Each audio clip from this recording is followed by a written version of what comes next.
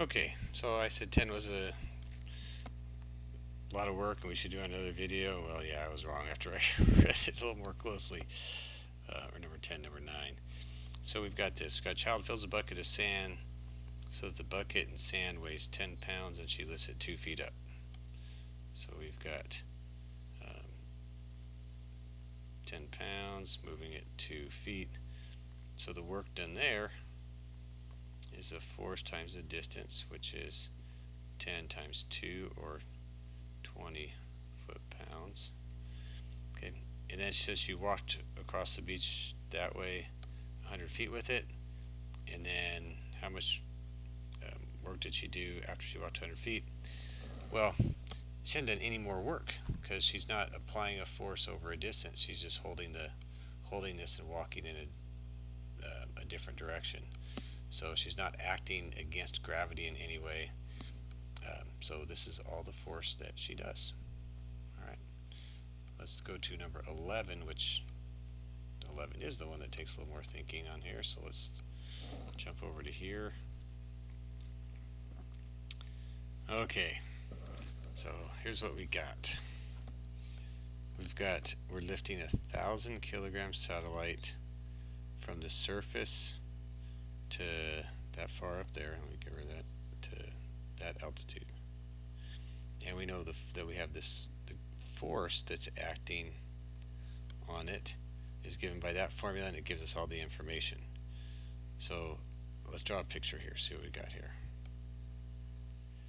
Here's the Earth, here's the satellite, and we know the height of the satellite is 2 times 10 to the 6th meters.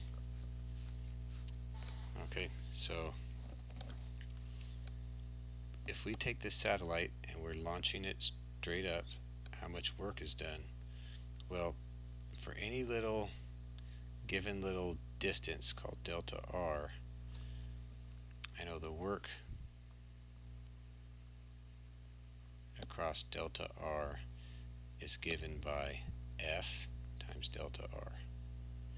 Now, that force is changing because the force depends on the radius right here, right? So in order for me to add up the work done in all of these little segments and then let delta r go to 0, more and more segments, and so on, then the total work is going to be the integral from here to here. Now keep in mind, 0 is the radius of the Earth, because this says my force is where r is the distance between them. But where am I looking at here? Gravity's for r is the distance between these two bodies, and the distance between the two bodies is always from the center of mass. So we're going to do F, which is g m over r squared dr, and we're going to go from the surface of the Earth to the satellite. So the surface of the Earth is 6.4 times 10 to the 6th up to the satellite, which is 2 times 10 to the 6 meters. Is that, oops, we got to add those together. It's 6.4 times 10 to the 6 plus, right, sorry, from here to here this is 6.4 times 10 to the 6th, and then that's that. So if I add those together, we get 8.4 times 10 to the 6th. And yes, you're going to do that on your calculator. You're going to plug all these numbers in from the problem, and if you do that, you should get, I'm going to have to check the answer here, hold on. Should be 1.489 times 10 to the 10th joules.